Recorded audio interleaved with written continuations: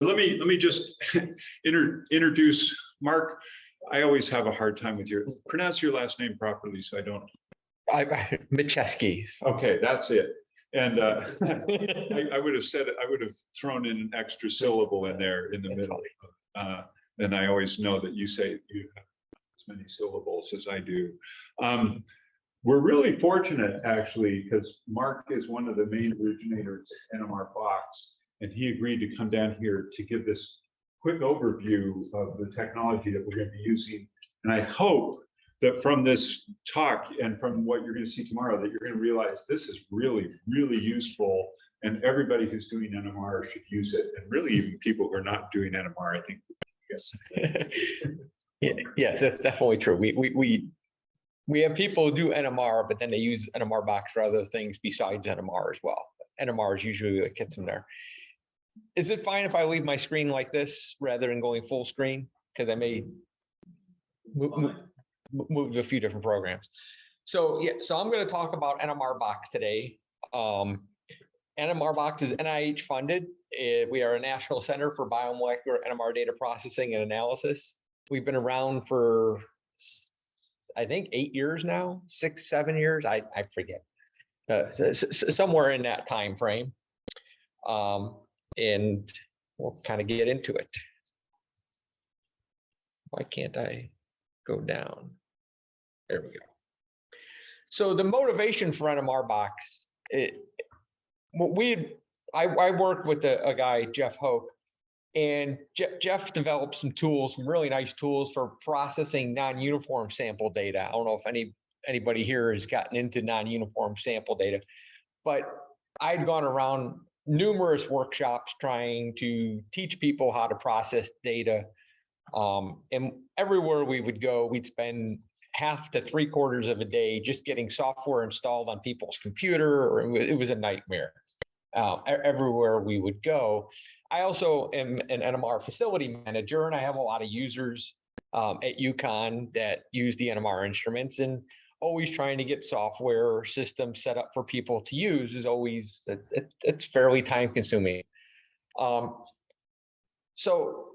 that was sort of and at about that time I started learning about virtual machines, and I'm like, this is really the way to go. We create a virtual computer, and then we can use that for data processing and to install software on. So that's kind of like the background of how I got started into it. But the motivation, I think there are several pieces. One is the discovery of software. So NMRbox, a little bit more holistically, there's lots of software. NMR is amazingly versatile. You can work in solid state and solution state. You could do imaging, you could do metabolomics, small molecule NMR, biological NMR, screening, dynamics. I mean, you name it. I mean, NMR is probably, it may be the most versatile scientific technique that there is for studying matter.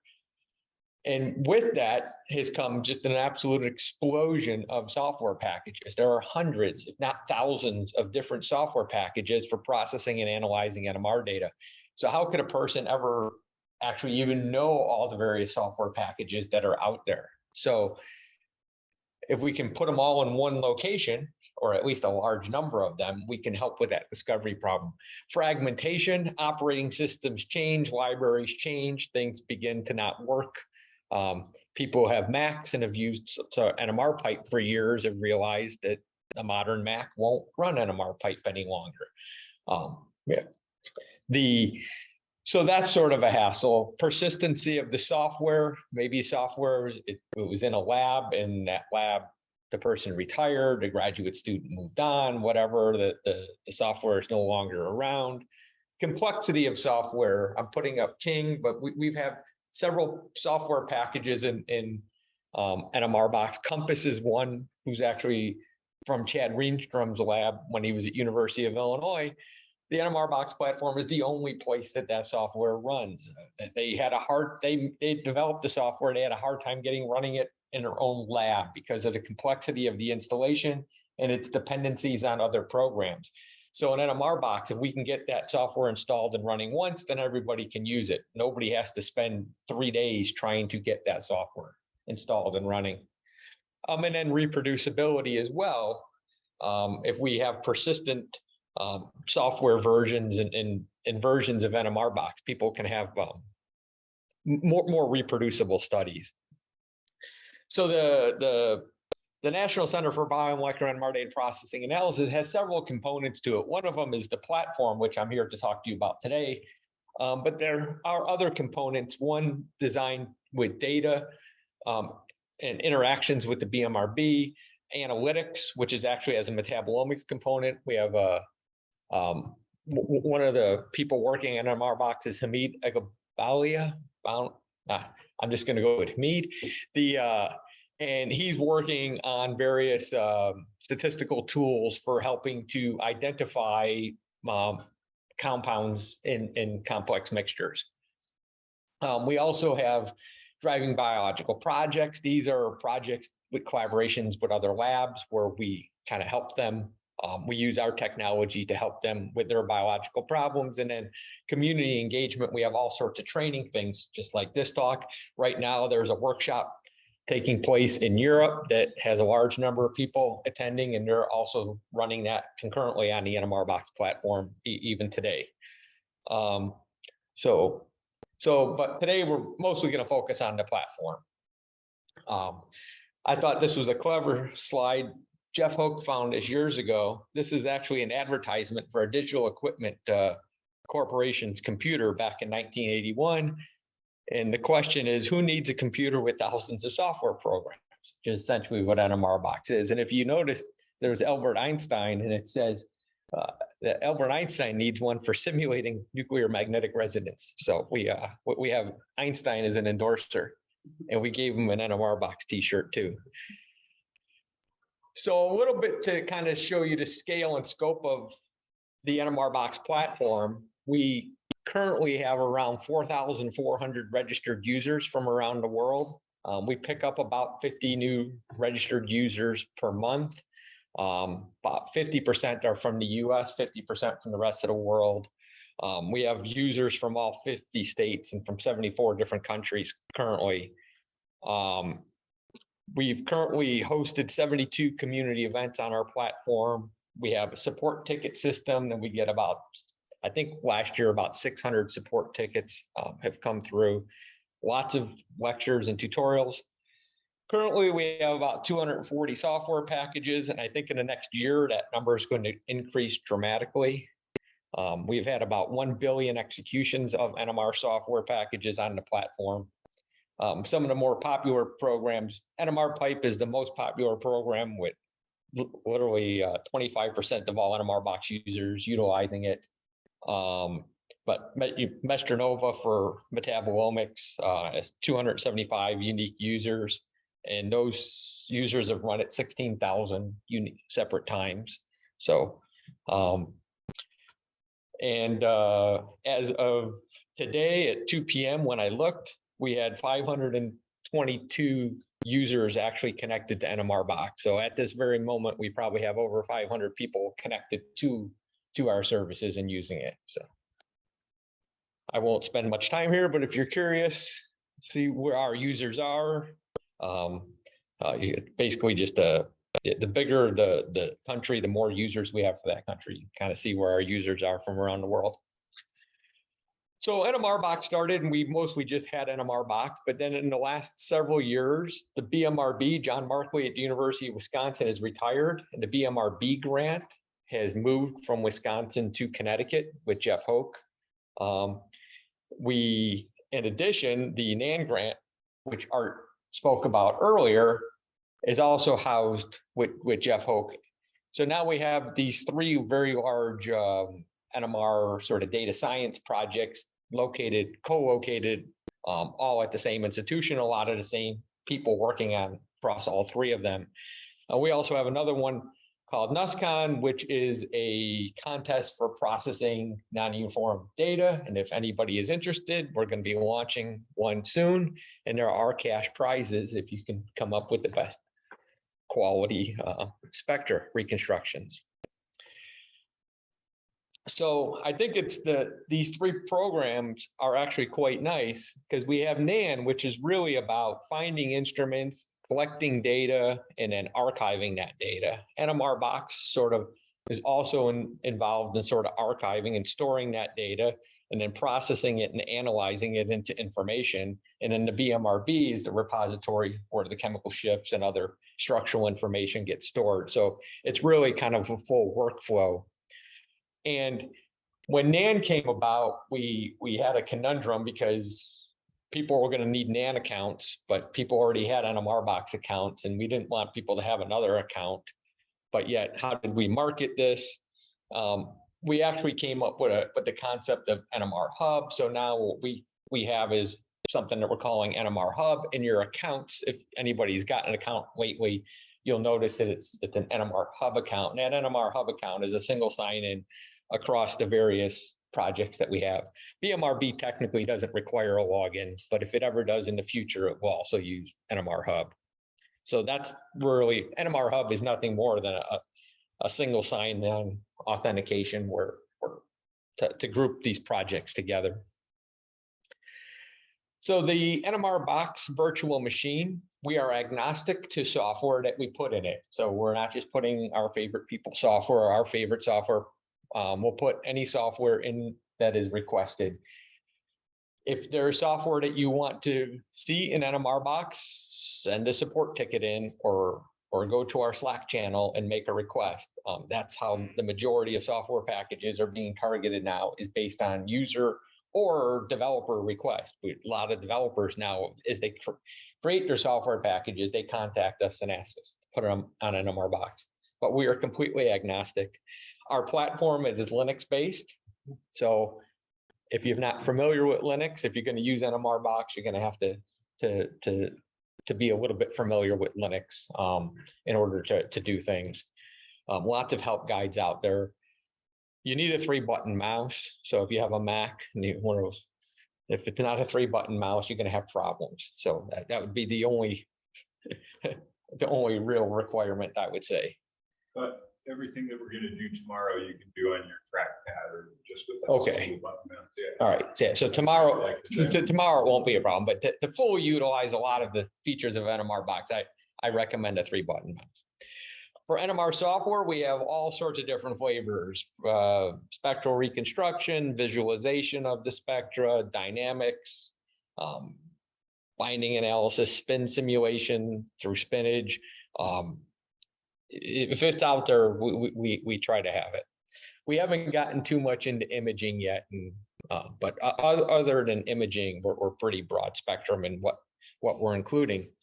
Beyond NMR, we understand people aren't just doing NMR these days. They do hybrid methods. So we have SAC software, cryo-EM software, molecular dynamics, molecular visualization, bioinformatics tools, the new AlphaFold program that Google has released for determining 3D protein structure from sequence. We have that on the NMRbox platform now.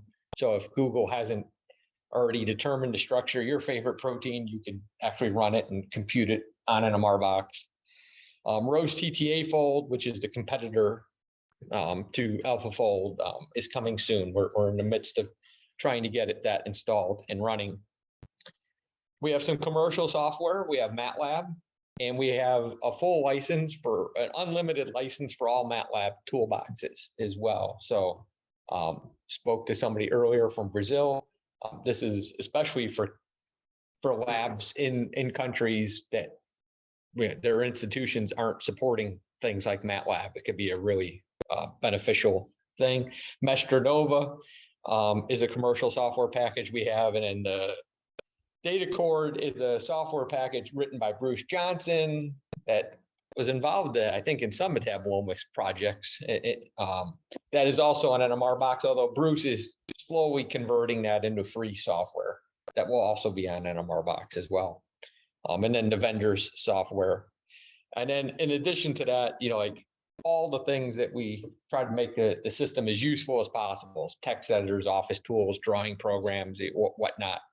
And we try to include as many Python in development library. So if you need to compile a program or run a Python program, hopefully there's a decent chance that it will just work out of the box. So access to the NMRbox platform itself is free. There's no charge. You have to be academic, government, or nonprofit. But I think that probably includes everybody in this room. The nice thing about it, and hopefully everybody has an account, is already connected. So this is it's not saying anything new to you, but you can connect in seconds with just using the real VNC client. It can run anywhere. You need an internet connection if you're running on is a platform or a service. We do have a downloadable version. It's not downloaded very often. I'd say 95% of the people who use our platform connect to our servers and do things on our servers. A very small percentage of people actually try to download and run it locally, but we do have a downloadable version. We have GPUs on all of our virtual machines. Our newest ones are actually equipped with really high-end GPUs from NVIDIA. All the 3D rendering, if you're using PyMol, is backed by the GPU, so you can spin that molecule with surfaces just as fast as you are running locally, even though it's remote.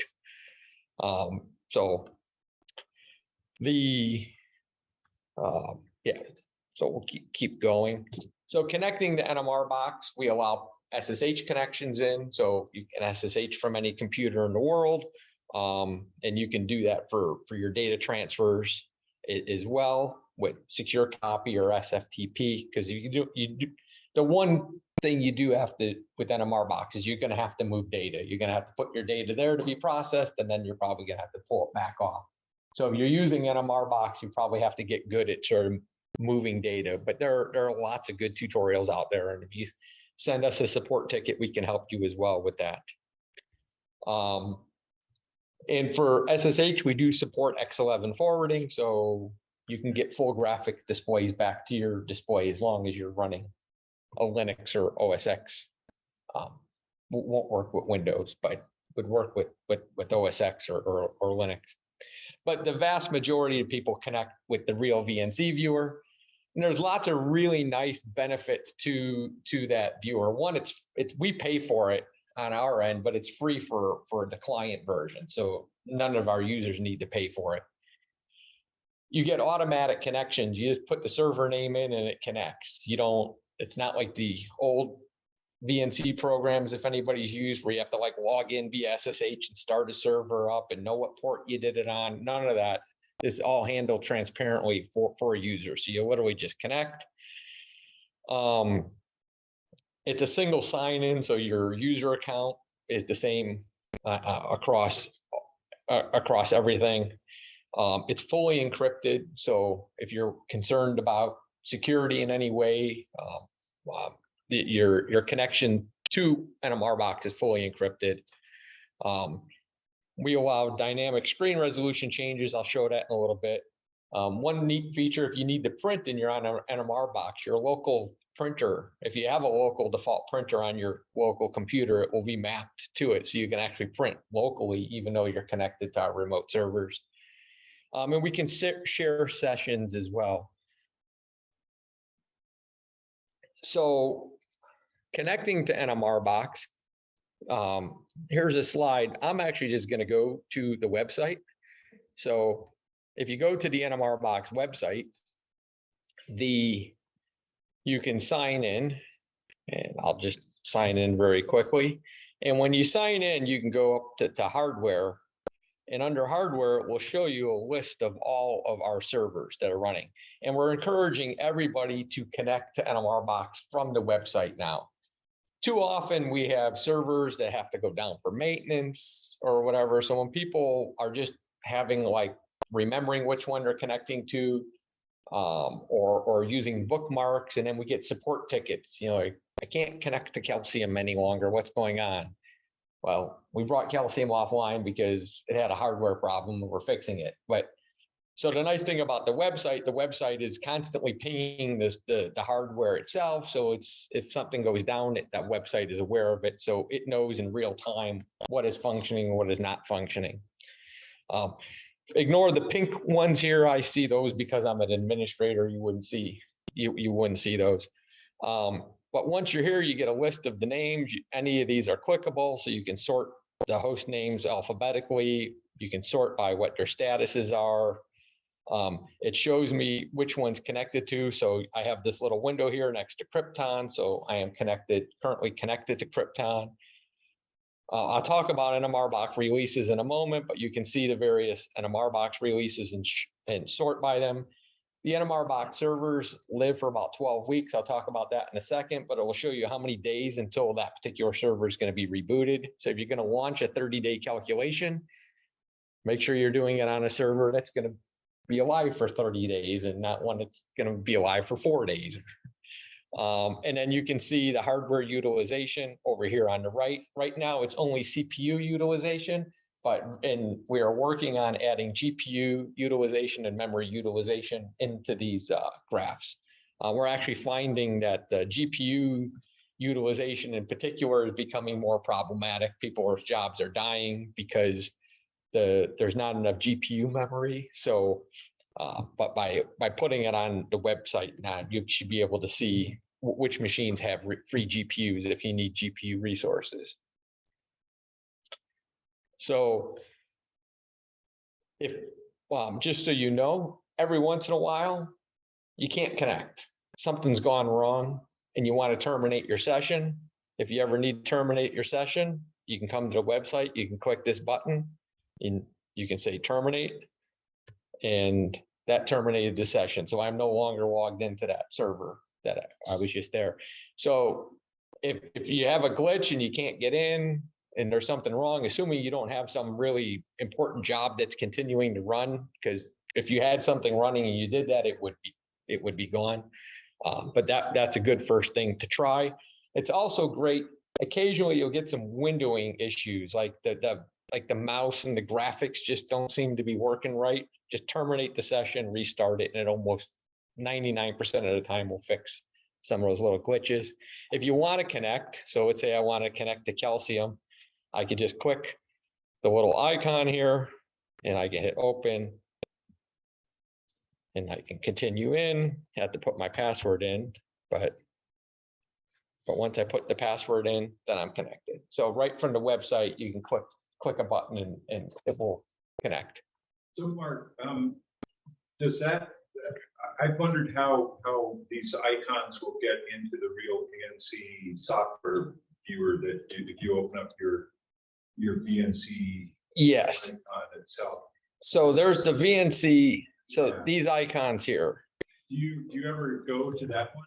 Because that's usually how I go. I go there and then I click there, Yeah. but I'm never sure how to get the machines into here. So these are just little text files. So one could create the text files. At one point, we used to do like a download where it would then populate them all. But the problem is it's so dynamic and it's changing so much. That's why we're encouraging more people to go to the website, because the website always has the updated list.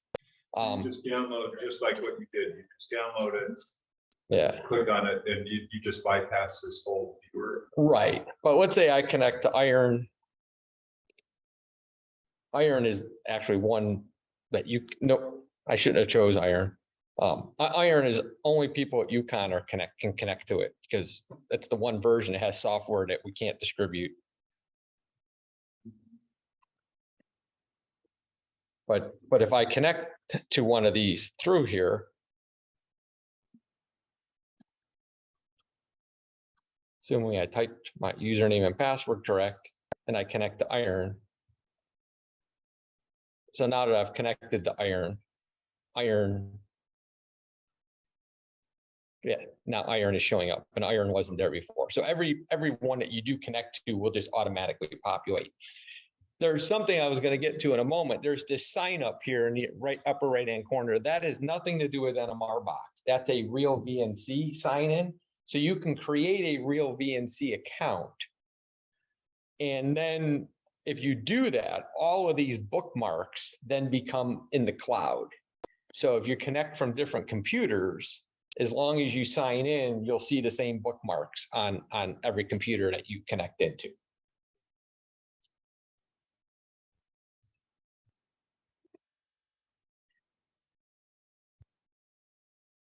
So I think I've just basically showed this part. So you can also go to that window and connect to the VNC window and connect from here. And one of the things you might notice, it's not true of UGA here, but sometimes when people, they might just type iron.nmrbox.org. And if you connect, you're going to connect on, by default, it's going to try to connect on something called port 5900. You don't need to know the technical details of that. The nice thing about it, though, is everybody connects on that same port, and the VNC software on our end is actually really smart, and it actually looks to see who the user is, because we can have up to 75 sessions running per server, and it will just automatically on the back end direct everyone right back to where they're supposed to go. But sometimes you might, especially if you're on a public Wi-Fi, if you try to connect to NMRbox, you won't connect. And you're like scratching your head, what's going on? And if you ever do that, if you ever think to it, if you put :443 at the end, then it will connect on port 443. For those of you that don't know, 443 is secure web traffic. So when you're searching on Google or Firefox and you go to various websites, you're connecting to those websites on port 443. Nobody blocks 443. So what's happening more and more on public Wi-Fi's is IT departments are trying to get really secure, and they have firewalls set up. And normally people think of firewalls as connecting in, but they're also blocking traffic going out nowadays. So some places on public Wi-Fi will not allow outbound traffic on 5900. So what we've done to solve that problem is on our end, we've configured things set up. So we listen on 5900 and 443, and it doesn't matter which one you connect to, we have it set up. So you'll still connect. You can connect at 5900, and then the next time connect on 443, you'll land right at the same spot. So, and if you look on the website, if you noticed, on the website, we just always add 443 because it's just a safer way to do it, because it will almost always work. And that's what this slide is. So if you ever have a problem, try 443. I've already done this connecting. You put your username and password. One of I think we've circumvented this now because we kind of put it in bold-faced letters when people sign up for accounts, but you have to put your NMRbox username here. And we used to get a lot of support tickets, people connecting with their username of their local computer. So we're very fortunate at UConn to have a high-performance computing facility where all this hardware lives. And I always show this to kind of to talk very briefly about the system we have. We have 100 gigabit network connection to our ISP. So we have virtually unlimited bandwidth coming into our data center. We have enterprise class storage and cloud storage and fast network attached storage. Our storage applications where your data lives are highly secure. We can lose entire nodes of those storage appliances. We can lose multiple drives concurrently without loss of data. These systems are under warranty. They're monitored 24/7 by the manufacturers. They know if something goes wrong with it before we do, and that they set out to rectify it. The enterprise cloud storage, which we use for some of our backups, is a university cloud storage distributed across 4 separate data centers, spread out about 50 miles apart, some of them from one another. And that system has basically the most data durability you can have. We can lose 2 of our 4 data centers. We can have a nuclear bomb go off and take off 2 of our data centers and still survive any data that's on there. Now your home folders are not on there, unfortunately, but your data is very, very well secured. So we currently have about 60 servers with over 4,000 cores. a lot of RAM. I'm not going to go through all of this, just to say that, we have really sort of enterprise class infrastructure. We're not running this in the back of some lab with a couple computers sitting in a rack. We have true enterprise class data center with UPS power. We have redundant. If the power goes out, power went out for about 7 hours once, took out all of central Connecticut, we remain running because we have backup generators. And we're undergoing a full network upgrade, which has actually happened. Most of our servers are connected on 10 gigabit connections. You think that would be fast enough? We're actually finding network bottlenecks now. So we're upgrading our network infrastructure to be 400 gigabit internal with 100 gig connections to our servers moving forward. And fingers crossed, we have an $8 million data center grant to build a new data center that got a very good score, and we are just awaiting council to know if they will fund it. And as far as the NAN goes, I'm about to purchase a 1.25 petabyte system that will act as the NAN archive. So all the data that's being collected through the NAN system will land on that system, which is this one here. Again, I'm not going to study this slide too much, just to note that we've bought our servers over time and they have different configurations. And from the website, if on the website, there's a little toggle up here to call detailed view, and I recommend looking at it. And on that, in addition to like what release and how many days it's going to shut down, you can see what the CPU, how many CPUs that server has, how much RAM it has, and what GPU it has. So you can then seek out, if you need 100 CPU cores because you have a computationally intensive job, you can go seek that out. We have some systems that have, if we sort by memory, we have some systems that have 755 gigabytes of RAM in them. So if you need a high memory machine, we have those. In addition, we have 3 machine learning boxes, and these are extremely well equipped. They have 128, 2 of them have 128 cores. They have basically 1.5 or 2 terabytes of RAM each. So, and they either have 4 V100 or 4 A100 NVIDIA GPUs. So these are servers that run in the $60,000-$70,000 range. I mean, these are really big, powerful servers.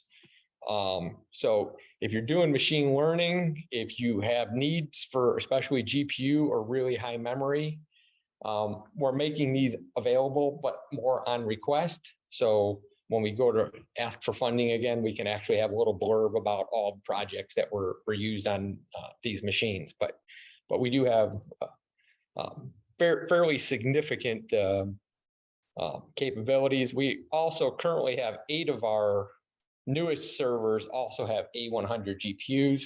A100s, up until a couple months ago, were the fastest, most powerful GPU that there is.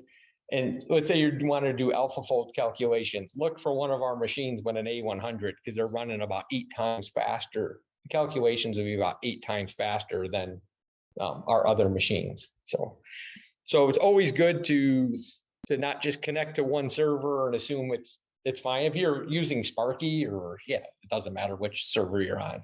But if you're looking for computational power, it's good to go look around. Releases.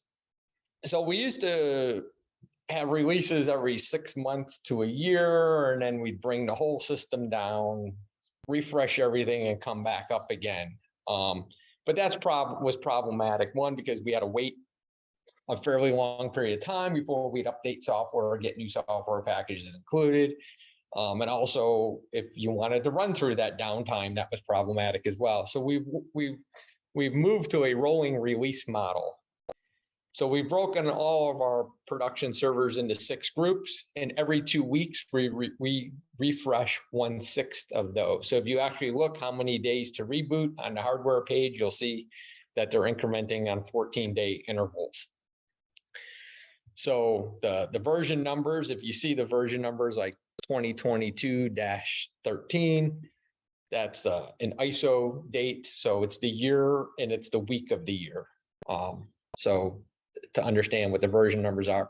After 12 weeks, we cycle through again. So after 12, so no one VM lives for more than 12 weeks. And we figure that's actually a decent time because we generally find if you keep running for forever and it's such a massive multi-user environment, things will begin to have issues eventually. So it's good to restart them every once in a while and clear some of that out.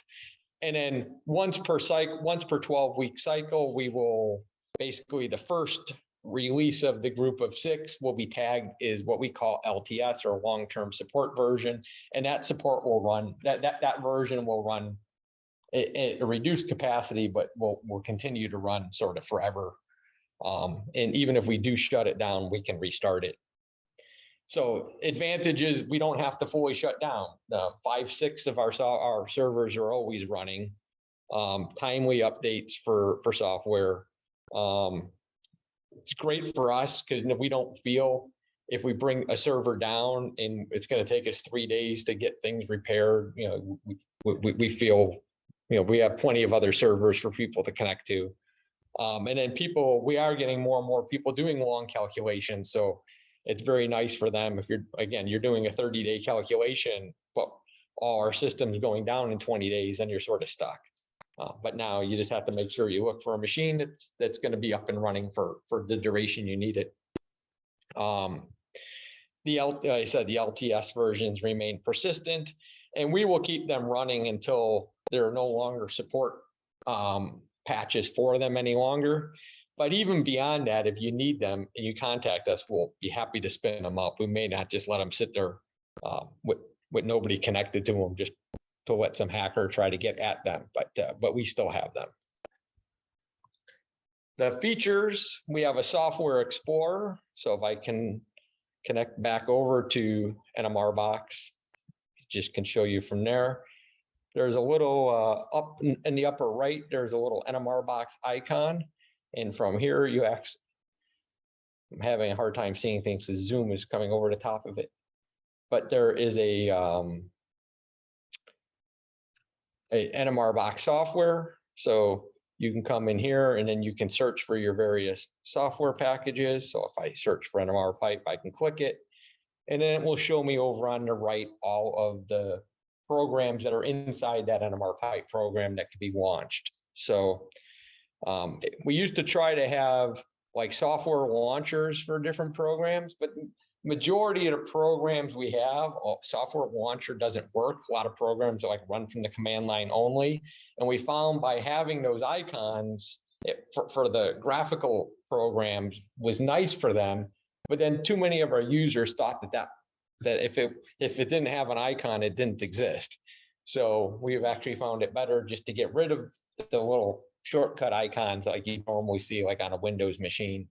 And we built the software explorer to sort of replace that.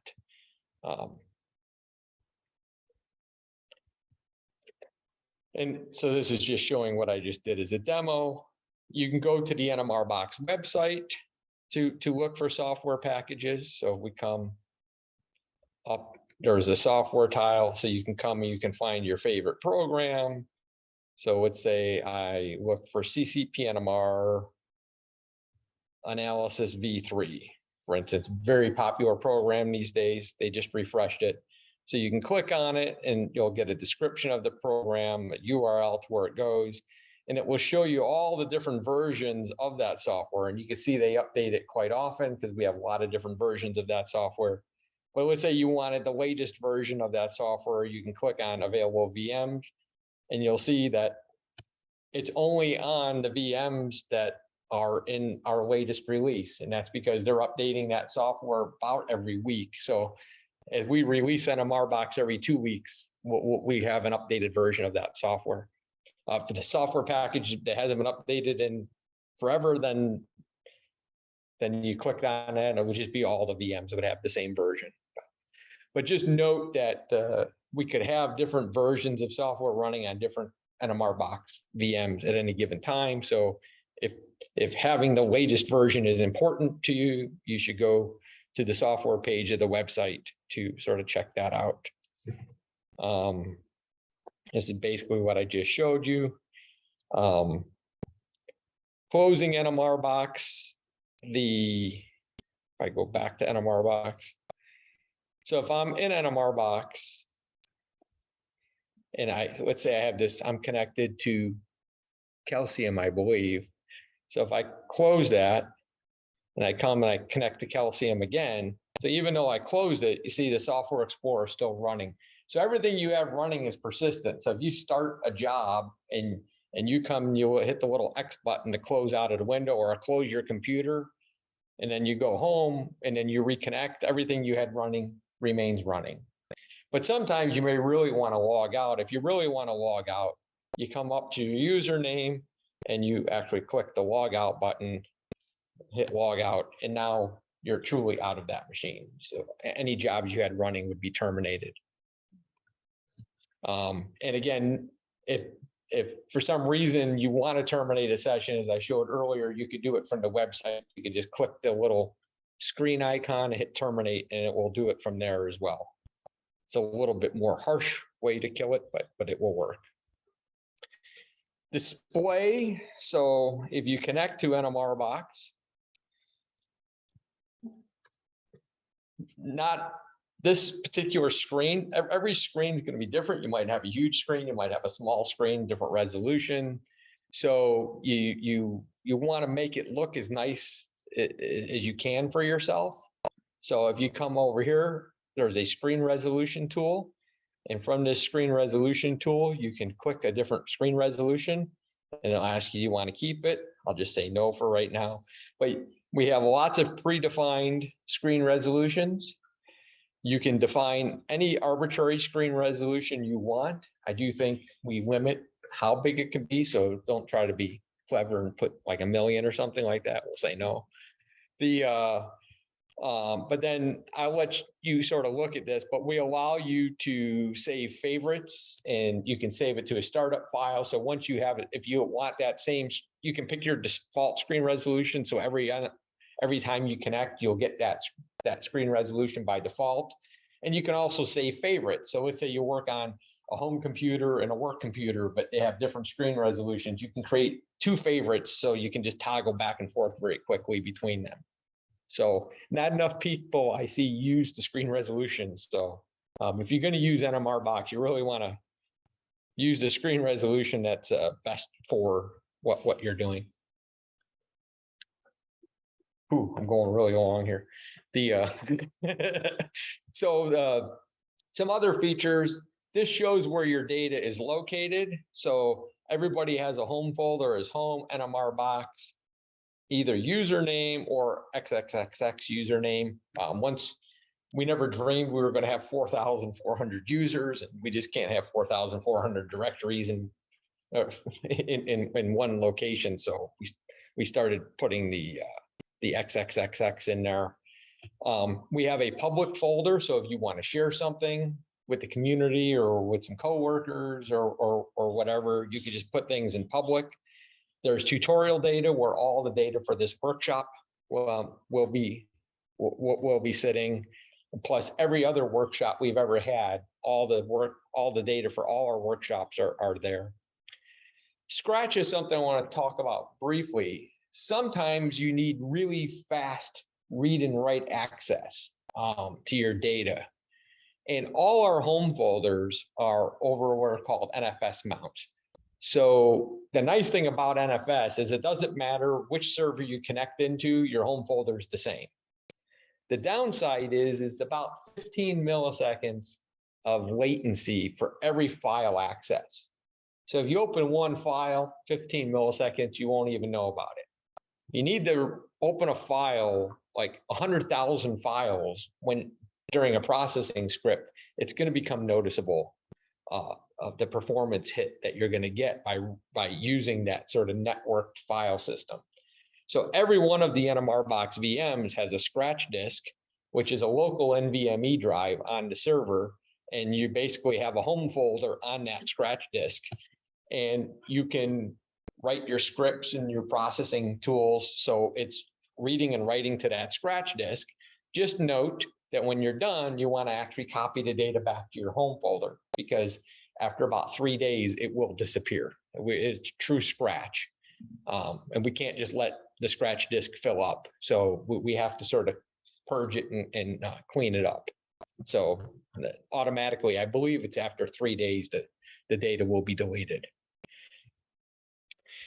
We have something else called Reboxitory, which I'll talk about in a moment, but that is actually mounted at /Reboxitory.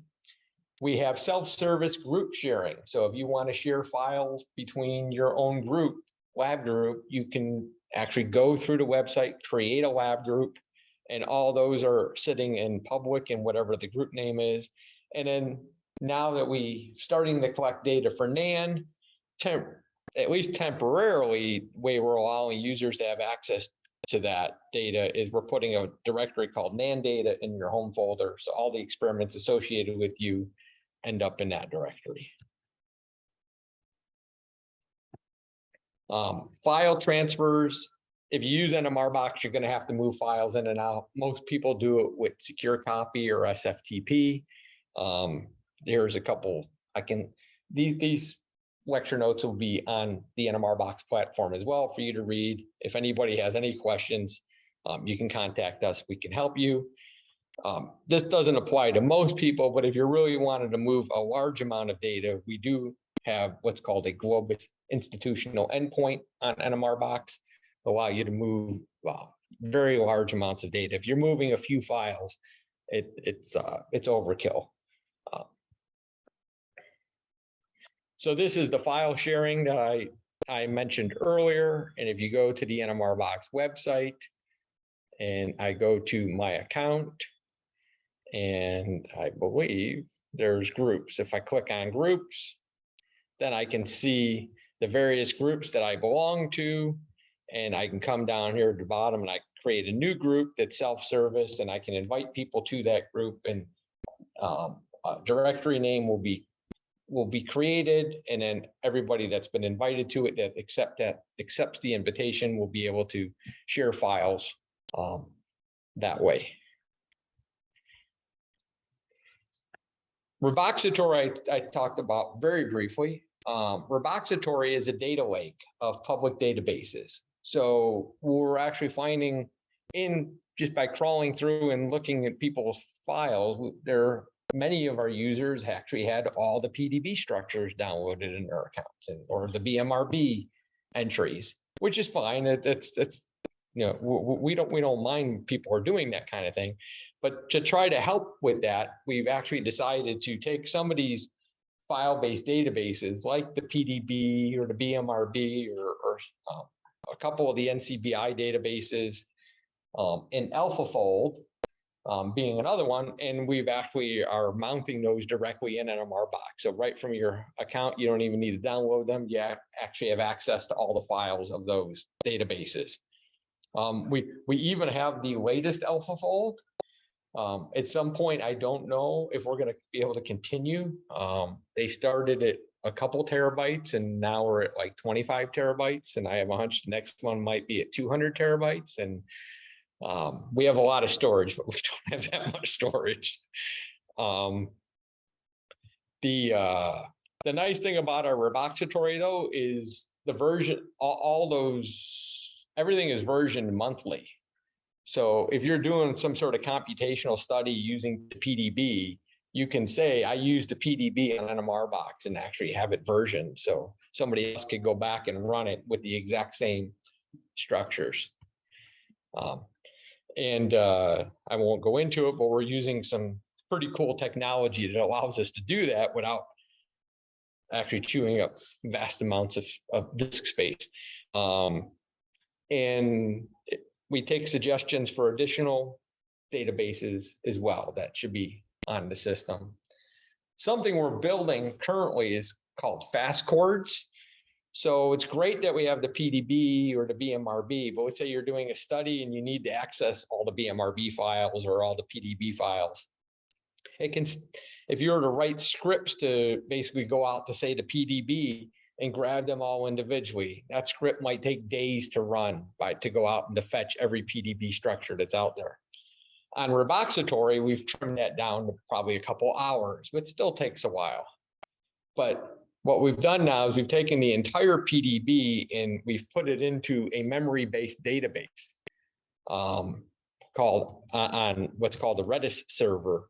And now you can access, we ran a script and I think it came in about 2 minutes. It took us to basically do a query across every PDB structure in the entire PDB, because it's basically just accessing it out of memory. And that is still in development, but we're getting close to publishing it and releasing that as a software package. And one of the things I'll just point out here is when we release it, we're going to release a Python library. So one will be able to just write a simple Python script and be able to access that Redis database for doing some computational studies. I think this is going to be kind of cool. Probably one of the last things I'll talk about is HD Condor. So the entire NMRbox, all our servers, in addition to being able to SSH or do a VNC connection with a full graphical interface to all of them, they are also their own job submission, their own computational cluster that's running something called HD Condor. The nice thing about HD Condor is it's aware of the resources and the resource utilization of all the servers in real time. So if you want to run a processing job that's going to last 2 minutes and 80 cores, well, just run it. But if you're going to be running jobs that are going to last significantly longer than that, you're going to run for hours or days, we're really trying to get people to submit those jobs through HD Condor, because HD Condor can then seek out the machine that's going to be best suited to run that job, and it can send it over there and run, rather than having multiple people run big complicated jobs all on the same server and they're kind of fighting for each other while other servers sit idle and not doing anything. So HD Condor can help with that. And we have a nice tutorial on our website for how to do HD Condor jobs. It is an additional bonus. We have a BMRB cluster of computers that's also part of our HD Condor pool. So if you submit jobs on HD Condor, you're not only being able to access the NMRbox servers, but you get these additional BMRB servers, so an extra 1,000 computational cores at your disposal. And I am about to put an order in. I'm getting quotes right now, and all those BMRB ones are also going to be equipped with either A100 or potentially H100, which are the latest NVIDIA GPUs. I just have to see what the pricing looks like, whether I can go to the H version or not. Other advantage is there's checkpointing. So if you have a job running and you're like, oh my goodness, you could put checkpointing in and all of a sudden something happens to our data center and we go down and you are running a 60-day calculation that just failed. Well, if you had checkpointing turned on, all you need to do is start it again and it will pick up right from where it left, even though the machine went down and came back on again. So some really nice features of HD Condor. So we are trying to push more people towards using HD Condor for big job submissions. As I mentioned earlier, we do have AlphaFold running now on NMRbox. And this could be quite nice because we have machines with high-end GPUs, especially the current A100, so we can run it very, very rapidly. We have the full version supporting multimers with all the genetic databases. Most people running AlphaFold locally are running it in a way that is really trimmed down because most people's computers are incapable of running AlphaFold in its full capacity. They'll just run out of memory or run out of resources on their computer. But we have very large computers with lots of cores and memory. So we have a better chance of it working. And we're even noticing with some of our A100s that some of the AlphaFold calculations still aren't making it. So we may even consider getting a few machines with multiple GPUs to share some of the GPU memory to run even some of the larger jobs. I won't go too much into containers, just point out that we are moving to containerize some of our applications. It's just a way for us to be able to future-proof that our applications to be able to run. If we make a container out of something, we don't have to worry that the operating systems keep evolving. They'll be able to just basically run indefinitely into the future. Happy to talk with anybody afterwards about containers, but I don't want to run too late. Getting help. So lots of places to get help. The NMRbox website is a great place to get help, and there is a support button on every NMRbox website. And if you click on it, you can then put a support ticket in. The nice thing is it puts your email right there already, so we know who you are.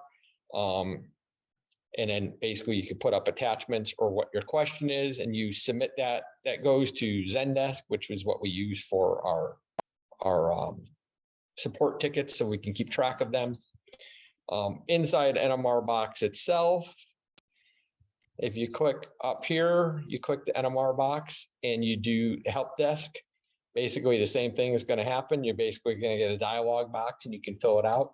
We really like when people do it that way, because if you submit it this way, in addition to telling us who you are and what problem you just described, it'll tell us what server you're on and other informations about that server, which can be very helpful for us in diagnosing problems.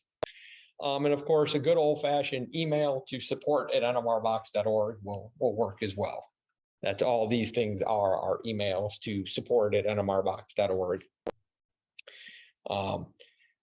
Also on the NMRbox website, there is a support button that will take you to our frequently asked questions, and we have a lot of information there for getting support. And we have a Slack workspace, which you can join by going to NMRbox Community Connect, and you'll be able to join that Slack workspace. And then you can ask the community questions too. So that's great for when you have a question for, like, what's the best way to process this kind of data? Because, we have a hard enough time answering the technical questions of, like, why is this program crashing? We're not experts in every software package we have installed. There are 240 of them. So we'll do our best to answer those support questions, but putting those out to the community might be the better approach to get a good answer than whatever. And most of I'm an NMR spectroscopist, but everybody else that works for me they're pure technical guys, programmers. So they don't know anything about NMR software. So. And there's the Slack workspace. I don't even think we need to discuss it. You can manage your account. You can, you update your account if you move. You can go put things in. If you need a password reset, you click the password. I forgot my password. It'll send you a new one. All those types of things. And then lastly, if you use NMRbox, we'd appreciate it if you cite us, because the way for us to continue to get funding is to have a lot of people use it and for people to publish, more importantly. So, and if you ever published using NMRbox and you forget, send us an email, because we can still add you to that list after the fact. And then just a couple quick acknowledgements. We have a very large team, led by Jeff Hoke.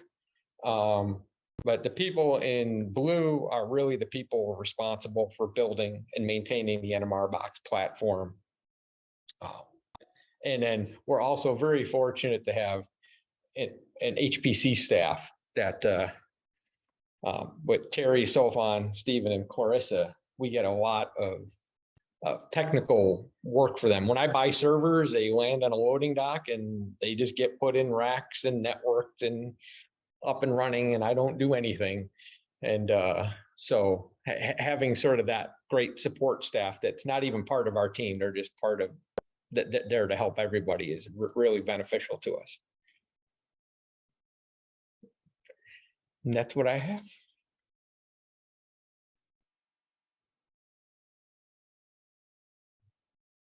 Anybody have any question?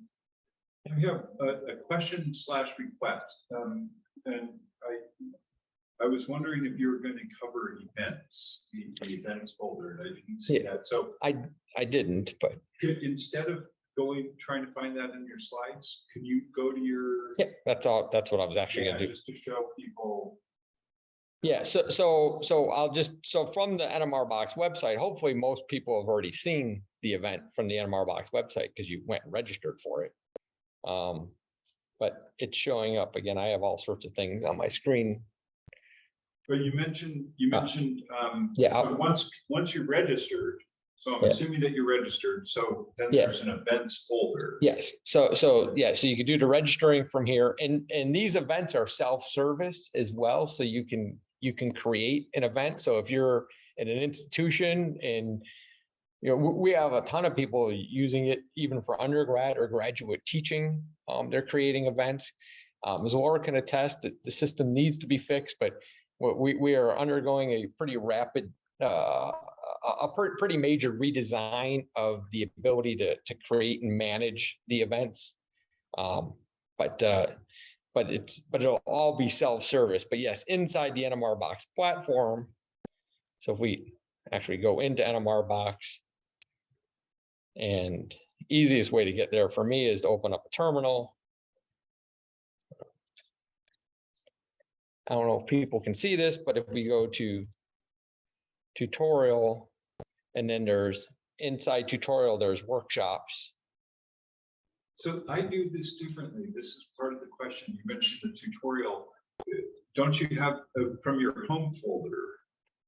I've always been getting this from the home folder. Yes, that's a good point. So if you go to tutorial workshops, you'll see all the previous workshops, including ones that are ongoing. But yes, from your home folder, there. So maybe if you could open up the folder on the right, just because I'm assuming that. It's events. So inside your home folder, there's a directory called events. And inside the events, these are 4 events that I have connected to recently. One of them is the NAN. I think that's this one. Yep. So the NAN CoMP NMR. If I do an LS, here are the files. So the way this works is as an organizer, there is a directory that is created in public where I just was under public workshops. Can you show with the graphics folder? Just for those who don't know Linux command line? So yes. So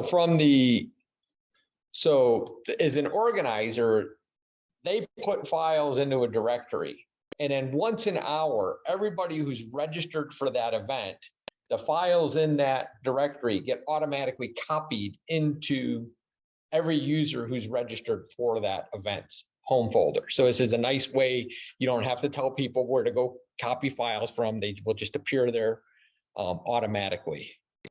So under here, is there an event? Oh, actually, I guess I got to go to my home folder first and then go to events. So events all capitalized, and then here are the different events, and here's this one. So here's some of the papers that. This is where I'm going to be adding the papers today. Right. Yep. So tomorrow you're gonna my slides are under Edison. Right. So they're already there. Yeah. And I'll take this presentation as a PDF and I'll put it in the same location. So everybody who's registered for this event, those files will just appear in your home folder.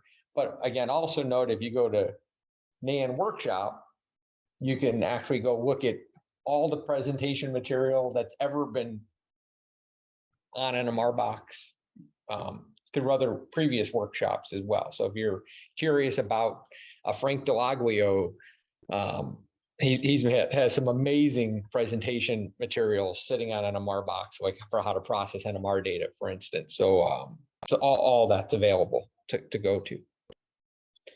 So one thing to note is the way this system works is it's based on file name. So once a user has a file of a given file name, they'll never get it again. So you never want, as an organizer, you don't want to edit the file. So if you need to edit the file, you actually want to put like a version B or something like that. So the new file will show up, because otherwise the system's not smart enough to know that it's been updated. One little glitch for mostly relevant to you and nobody else in the room, but We can find the workshop schedule up there. Yeah. Tomorrow when we meet, you're going to be going into the Utopia directory, and Mario is going to be showing you how to use our tutorial. And Nicole is going to have at some point, maybe not even by tomorrow, but at sometime after her talk or before her talk, you'll find the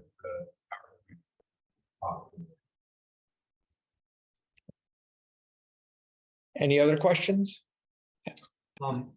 So NMRbox is really useful for NMR users, but on some of the software like MATLAB, MNOVA, or R, they are NMRbox, and they are also used for other purpose, right? Like mass spec analysis, or Yes. if we use them for mass spec analysis, are you still happy about it? Are we still happy? So I am happy if we have computational resources, and if those computational resources get used, I'm happy, especially if it's leading to publications, and especially if the people let us know and reference us in those publications. Be careful, because you got a room full of mass spec. I understand. Well, I have to finish. So in our policy is that if we ever become limited in our capacity, that we will give preference to people who are doing NMR or related structural biology. So, but the one group of, there's two groups of people that scare me. One are mass spec people. I don't know how much computational, should I be scared from mass spec? Yeah. Okay. All right. For our data processing now, and one of the limitations we have for sharing with other people is that we have a great HPC center at Hui, and not everybody has access to it. And Yes. so it's both big data files that require a lot of computation. Huge. Right. Yeah. So we haven't had a lot of mass spec people, so I don't know. We have a number of people doing molecular dynamics, and we can only take that for a while. I mean, molecular dynamics can chew massive amounts of computational, and not just like for a couple hours. I mean, it can chew it up for days and days and days. The other group of people that scare me are bioinformatics, like computer science bioinformatics people. My daughter being one of them. She's in grad school at UCLA, and every once in a while I'll see her pounding on one of my servers. But she's very good. She only does it if the server's doing nothing, and it's always a defined period of time of a few hours. But she's at UCLA, and they have a computational cluster called Hoffman, and sometimes she may need like high-end GPUs, and she'll submit a job to Hoffman, and Hoffman will come back and say it's going to run in 15 days, because that's the next time they're going to have a GPU that she needs is going to become available, and then she'll instantly be on an NMRbox and running it there. So to answer your question, I like to see NMRbox utilized, but if we become saturated, then we will need to deal with it. We are also using something called C groups. We're getting very good at understanding and using C groups. Probably nobody knows what C groups are, but C groups are a way to limit the resources for an individual user. So if you're on one of our servers and you try to launch a job and say, I want 128 cores on a 128 core machine, you may see that it's only running with like 96 cores, and you may be wondering why. And that's because C Groups is saying, we're going to give you a lot, but we're not going to give you everything. So same thing with memory. So if you ever do have issues like that, especially with memory, you kind of let us know. Because if you're trying to do something that needs a lot of memory, even if the machine has the amount of memory but your job's terminating, send us a support ticket. We can turn that off and probably get you through it. But I think we're allowing something like 70% of the system resources memory for a user. So we're not throttling it too much, but we do want to try to keep the machines alive for everybody. I mean, some of our servers will have, like 50 concurrent VNC connections at once. I said, we had 522 people connected at 2 o'clock today. So we have a lot of people that are connected. And also when people say, well, can you just update this piece of software that's broken? Like, well, we can't. We have to wait the 2-week cycle because, people, especially with CCP NMR analysis, I don't know if anybody uses that software, but that software they released it and it has so many bugs in it, and they're just fixing bugs on a daily basis. And some of them are really catastrophic that really need to get fixed. But, at any given time, we have 40 people using CCP NMR analysis. So if I update it on them, those 40 people are just going to die. I mean, they're whatever they're doing is just going to crash. So, and I just don't have enough time to contact these 40 people and say, you have to shut down CCP NMR so we can upgrade. And the scale of it's just too big now to be able to do. We used to do that at the beginning, but the scale is too big to be able to deal with things like that. The one thing I want to just emphasize, we're going to be using MATLAB as a group tomorrow. If any of you, so we have an institutional site license at UGA. It's great, it's free, you can do, but it's actually enough of a pain to install it and keep it up to date and keep it all fresh and running. And then you got to have a computer that's decent enough to really run it. We're switching almost entirely to this MATLAB, even for just MATLAB, normal MATLAB. So if you like MATLAB for just other stuff, think about it. It really beats local install, and you get all the capabilities. Storage, that more storage CPUs than you're ever going to be able to afford. I recommend it. And the MATLAB people themselves actually really like this. We met with them, and they're happy about it. Yeah, Maciejewski too. I had a great story. I was at the ENC this year, and I had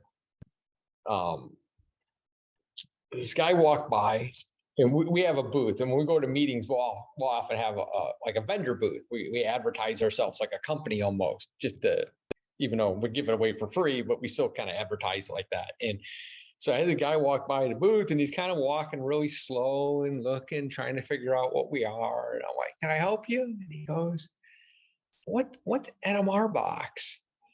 And he's like, I'm in the Maciejewski booth, and I keep trying to sell Maciejewski to people. And everybody who walks in the booth says, I'm just going to go to NMRbox. It's free.